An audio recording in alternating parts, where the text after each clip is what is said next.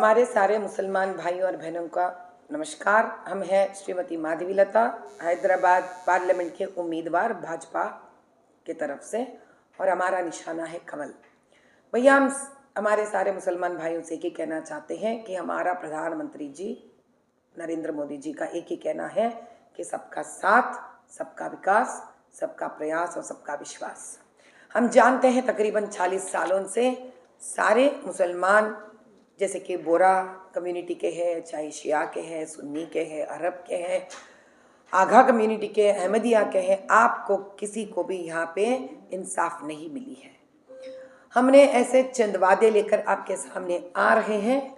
अगर इनमें से आपको लगता कुछ छूट गया तो आप हमसे मिल सकते हैं और आप अपने कम्युनिटी के बारे में हमको इत्तला दे सकते हैं, और हम उसके लिए भी ठहरेंगे और आपको इंसाफ दिलाएंगे। जैसे कि बोरा कम्युनिटी, उनके सबसे बड़ी खूबसूरत बात यह है कि वो कभी दहेज नहीं लेते हैं और दहेज प्रथा के विरुद्ध है ये लोग। ये इतनी बड़ी बात है कि हम सबको उनसे सीखना पड़ेगा। और वो शांति को कायम करने वाला एक ऐसा कम्युनिटी है। वो सबसे पहले कहे थे नरेंद्र मोदी भाई से कि नरेंद्र मोदी जी, आप जब मुख्यमंत्री रह चुके हैं और जब आप प्रधानमंत्री भी हैं, तब भी आप हमारे घर के एक सदस्य हैं। तो इस प्रकार का उनका जो लफ्ज़ है, उनका जो बात करने का ढंग है, उसी से पता चलता है वो कितना देश प्रेमी है। ऐसे अपने बोरा कम्युनिटी के भाइयों से हम कहना चाहते हैं, आपके लिए एक अलग सा गेटेड कम्युनिटी बनाने के हर प्रकार का कोशिश किया जाएगा। आपको जमात खाना बना दिया जाएगा, एकदम बड़ा और आज के नए दौर के तरीके से। और बहुत सारे बोरा कम्युनिटी के अपने भाई व्यापार में है, तो उनके व्यापार आगे बढ़ाने के लिए हम प्रधानमंत्री जी के हर उस योजना और लोन्स का हम आप तक पहुंचाने की 100% कोशिश करेंगे। उसके अलावा जो यहाँ का स्टेट गवर्नमेंट का भी आपको मिलने का हक है, हम आपके लिए लड़ेंगे और आपके लिए उसमें जीत लेके आएंगे। इसके अलावा भी आपके लिए तेलंगाना इंडस्ट्रियल सिटीज़ जो है, वहाँ पे मैन्युफैक्चरिंग और सर्विस यूनिट्स जो काबिलियतें आपके पास है, उसके ऊपर आधार करते हुए ये भी आपके लिए इस्टेब्लिश करने की कोशिश करेंगे मैन्युफैक्चरिंग यूनिट्स। और उन बोरा कम्युनिटी के भाई और बहनों को जिनको जो गरीबी में है, जो पसमंदे हैं, तो उनके लिए हम स्किल भी सिखाएंगे। और उस स्किल के आधार पर, जैसे कि प्रधानमंत्री विश्वकर्मा योजना है, वहाँ पे जिनको एक हुनर नहीं है, वो हुनर सिखाया जाता है, और हुनर सिखा के आपको हर प्रकार के लोन लेके आने की पूरा कोशिश किया जाएगा। आपका आगे बढ़ना, आपका तरक्की ही हमारा तरक्की है। हम दिलो जान से ये बात को मानते हैं। मैडम, आप कभी हैदराबाद के अंदर बोरा समाज के किसी बड़े वर्मा से मिले हैं? आज तक तो हमने किसी से बोरा कम्युनिटी से मिले नहीं, लेकिन जितना हम पदयात्रा कर चुके हैं, उस पदयात्रा में जिन जिन लोगों से हमारे मुलाकात हुई है, उस मुलाकात से हमको जो उनसे पता चला है, हम उसका पूरी कोशिश करें कि उनके आधार पर हम बोरा कम्युनिटी के लिए न्याय करें और इंसाफ करें। जैसा कि मैडम, अभी पूरे मुस्लिम समाज में आपकी एक वीडियो लेने के नाराजगी है, वो वीडियो की सच्चाई क्या है मैडम? कौन सी वीडियो भैया? आप जो मस्जिद के ऊपर तीर बता रहे हैं। भाई, हम आपको बस एक ही बात बताना चाहते हैं, ये वीडियो जो लोग सारे मुसलमान भाई और बहनों के बीच में फिराने की कोशिश कर रहे हैं, वो वही लोग हैं जो इसी प्रकार से हिंदू भगवानों के ऊपर भी गलत गलत बातें किए सो लोग हैं। आपसे मैं एक ही गुजारिश करती हूँ, अगर मुझे मस्जिद के ओर बाण या तीर डालने का इरादा रहता तो आज हम ऐसा बैठकर अपने मुसलमान भाइयों के लिए उनका न्याय के बारे में लड़ने का वादा नहीं करते। इसी प्रकार से हम हज़रत अली साहब का जुलूस में भी रमज़ान के टाइम पे, उस वक्त हम जुलूस में भागीदार नहीं बनते और वहाँ पे लोगों को खाना भी नहीं बांटते थे, लेकिन हमने वो किया है। और शायद आप और पीछे चले जाइए, हम मुहर्रम के वक्त में भी उस जुलूस में थे। हम आप सबको सतर्क रहना पड़ेगा। जैसे जब भी हमारे जैसे लोग आपके बीच आकर आपका मदद करने की कोशिश हम लोग करते हैं, हमारा गलत वीडियोस निकाला जाता है, हमारे बारे में गलत अफवाहें आपके बीच में फैलाया जाता है, ताकि हिंदू मुसलमान एक ना हो जाए और इनके अपने खुद गर्ज के काम आगे ना बढ़े, इसीलिए ये लोग इस प्रकार के काम करते रहते। फिर भी मैं आपसे एक ही बात कहती हूँ, जो अमन का तीर था वो आकाश में चलाया गया था। आप ही देखिए, जब एक हाथ ऐसा उड़ता है और तीर ऐसा चलाया जाता है, मेरा सर ऐसा था, मेरा धनुष ऐसा था, बताइए तो आसमान में जा रहा है, ये कहाँ इस प्रकार से जा रहा है।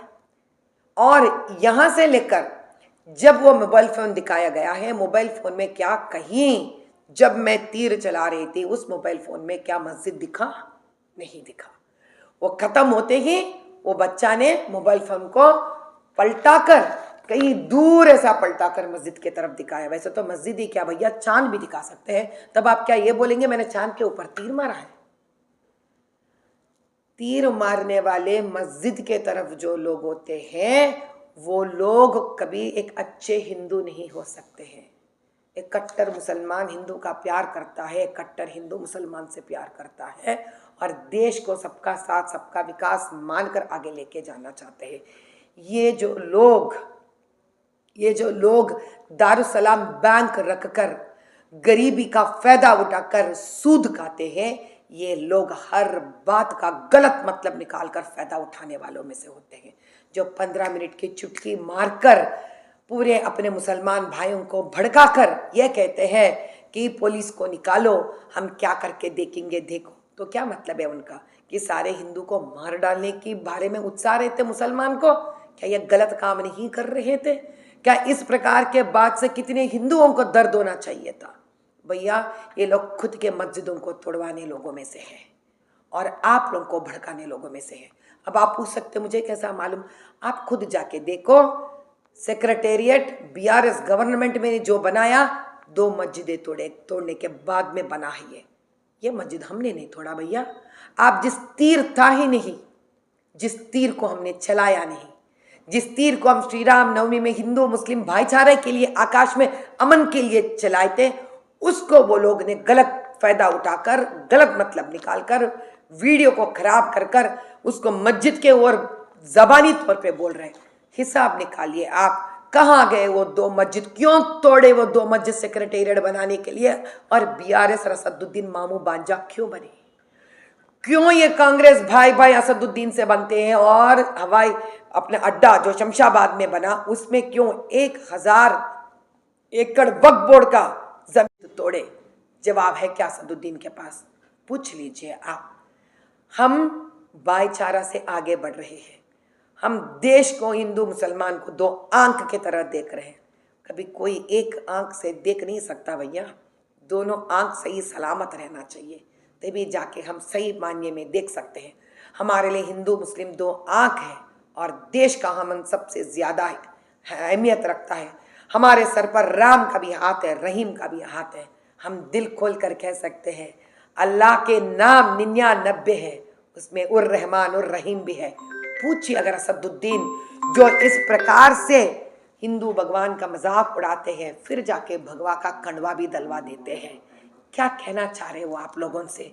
कभी गाली देते हैं, कभी कंडवा दलवाते हैं भगवा के, कभी झुकते हैं पंडितों के सामने, कभी पंडितों को गालियां देते हैं। हम ऐसे 2 कामें नहीं करते भैया। हम आपके लिए आए हैं, पसमंदों के लिए आए हैं, हम आप लोगों का हर हक दिलाने के लिए आगे बढ़ रहे हैं। हमारे लिए हिंदू भाई भी चाहिए, हमारे लिए मुसलमान भाई भी चाहिए, हमारे लिए हिंदू गरीब से भी आंसू निकलते हैं, हमारे लिए पसमंदों के लिए भी आंसू निकलते हैं।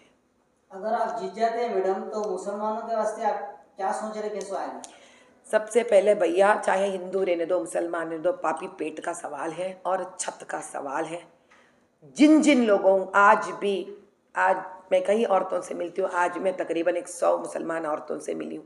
ऐसे बहुत सारे औरतें हैं जिनके शौहर का इंतकाल हो गए, अभी कौन देखना चाहिए उनके परिवारों के बारे में बताइए। पहले उन सारे औरतों के लिए जो गरीबी में है, जिनके शौहर तक नहीं है, जो नन्हे मुन्ने बच्चे हैं, जो शादी की लड़कियां हैं, उनको पहले, जो किराए घरों में है, उनको पहले पक्का घर मिलना चाहिए। तो उन सारे गरीब घरों के लिए पहले पक्का घर बना देंगे हम।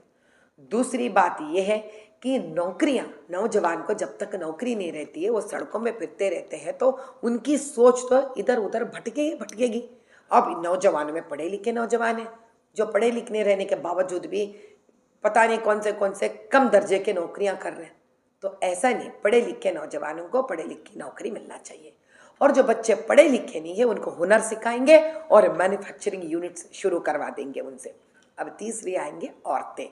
जिन औरतें को मैन्युफैक्चरिंग यूनिट जाना पसंद है तो मैन्युफैक्चरिंग यूनिट्स जाएंगे। जिनको मैन्युफैक्चरिंग यूनिट्स नहीं जाना, घर से नहीं निकलना है, उनको प्रधानमंत्री विश्वकर्मा योजना के तहत उनको भी हुनर सिखाएंगे। ऐसे 18 प्रकार के हुनर है जिनमें से उनको जो पसंद है, जो वो सीख सकते हैं, वो हुनर सिखाएंगे। सिखाते के वक्त भी उन लोगों को हर दिन 500 रुपये मिलता है।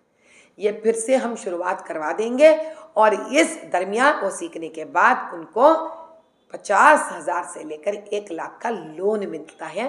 वो लोन दिलवा देंगे उनसे और उनसे खुद का कारोबार शुरू करवा देंगे। इसके बाद बस्ती दवाखाना, हम सबको मालूम है ओल्ड सिटी में सबसे, इन तीनों को जितना हो सके उतना मुफ्त करवाने का कोशिश करेंगे। इसके अलावा बहुत सारे वक्फ बोर्ड प्रॉपर्टीज़ है, जैसे शिया कम्युनिटी के आशिकाना तोड़े गए हैं, जैसे बोरा के लोग कब्जे करके रखे हुए हैं, जैसे अरब कम्युनिटी के भी बहुत सारे कॉलेजेस और उनके स्कूल्स उनके हड़पे हुए हैं, उनके कब्रिस्तानों को ये लोग हड़पे हुए हैं। इन सारे जितने भी वक्फ बोर्ड प्रॉपर्टीज ये लोग हड़प के रखे हुए अपने पास, एक एक इनसे उगलवा कर रहेंगे। क्या कह रहे हैं हम लोग? उगलवा के रहेंगे बाहर। हम सिर्फ लड़ेंगे ही नहीं, जीत कर भी आएंगे, लेकिन उस जीत की शक्ति हमको आप ही दिला सकते हो। हमको जिताकर, आप कंवल को जिताकर प्रधानमंत्री से लेकर हम तक वो शक्ति दीजिए आप, कि हम और आप भाईचारा से मिलजुल कर इस देश को आगे बढ़ाएं। मैं आपको एक ही बात कहती हूँ, 1857 जो इतिहास को नहीं जानते हैं जान लीजिए, यूट्यूब में उसके लिए मारिए। 1857 वो वक्त था जब गोरे चिट्टे ब्रिटिशर्स ने हिंदू और मुसलमान दोनों भाइयों को, जो जवान थे, उनको सुअर और गाय के चर्बी से इनके लिए बुलेट्स बनाए थे। उसको निकालने के लिए मुंह का इस्तेमाल करना पड़ता था, काट कर उसको राइफल में डालना पड़ता था। शायद आपको नहीं मालूम, बहुत सारे बच्चों को आप जाके पढ़िए इसके बारे में या सुनिए इसके बारे में। हर हिंदू भाई का मन में तकलीफ हुआ था कि एक मुस्लिम भाई कैसा सुअर का काटेगा, और हर मुस्लिम भाई को बहुत बुरा लगा कि हिंदू भाई गाय का कैसा काटेगा। उनकी एकता ही सबसे बड़ा स्वतंत्रता का युद्ध छेड़ा है, वो है ये भारत देश।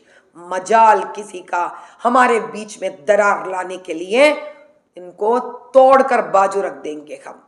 इस देश अमन से बना है, इस देश अमन से कायम है, और इस देश अमन से ही आगे बढ़ेगा, तरक्की करेगा। जय बोलो भारत माता की जय।